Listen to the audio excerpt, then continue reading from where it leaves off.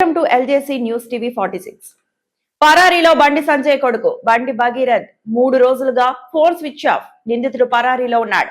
అతని సీడీఆర్ పరిశీలిస్తున్నాం. ఆచూకీ కోసం గాలిస్తున్నాం. బాధితురాలి స్టేట్మెంట్ రికార్డ్ చేశాం. మరిన్ని వివరాల కోసం ఇంకోసారి స్టేట్మెంట్ రికార్డ్ చేయాల్సి వస్తుంది. బండి సంజయ్ కొడుకు POCSO కేసు విచారణాధికారి తితిరాజ్. మన పేట్ బషీరాబాద్ పోలీస్ స్టేషన్లో ఒక FIR రిజిస్టర్ అయింది 684/2026. ఈ రోజే నాకు ఆర్డర్స్ వచ్చింది ఈ కేసుకి రిజిస్ట్రేషన్కి సూపర్విజన్ చేయడానికి. అందుకే నేను ఈరోజు పేట్ బషీరాబాద్ పోలీస్ స్టేషన్ వచ్చాను. ఇప్పుడు మన ACP గారుతోటి అండ్ SHO గారుతోటి ఇప్పటివరకు కేసులో ఏమేమి ఇన్వెస్టిగేషన్ జరిగింది, ఇది 8th మన దగ్గర రిజిస్టర్ అయింది. ఇప్పుడు ఇప్పటివరకు ఏమేమి జరిగింది, ఇంకా ఏం చేయాలి ప్రాపర్గా ఇన్వెస్టిగేషన్ చేయడానికి అన్నీ మేము డిస్కస్ చేశాము. ఒక ప్లాన్ ఆఫ్ యాక్షన్ డ్రాఫ్ట్ చేశాము. అదే ప్రకారంగా రేపు కూడా ఇది కంటిన్యూ అవుతుంది. విక్టిమ్ స్టేట్మెంట్ ఆల్రెడీ ఒకసారి రికార్డ్ అయింది, అది కూడా నేను చదివాను. ఇంకా ఫర్దర్గా మేము ఇంకా దీనిలో కొన్ని ఇన్ఫర్మేషన్ ఇంకా మనకు కావాలి.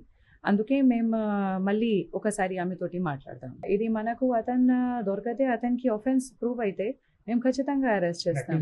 ఒక పాక్సో కేసు మన దగ్గర రిజిస్టర్ అయింది. పాక్సో కేసు రిజిస్టర్ అయిన తర్వాత ఇప్పటివరకు చట్టం ప్రకారంగా ఏమేం కేసులు చేయాలి, లాస్ట్ 1-2 డేస్లో కూడా మన వాళ్ళు చాలా ప్రయత్నం చేసి అన్ని డాక్యుమెంటేషన్ కలెక్ట్ చేశారు. అక్యూజ్ గురించి కూడా మేము ఇప్పుడు ఇన్ఫర్మేషన్ CDR నుంచి మేము ప్రయత్నం చేస్తున్నాము.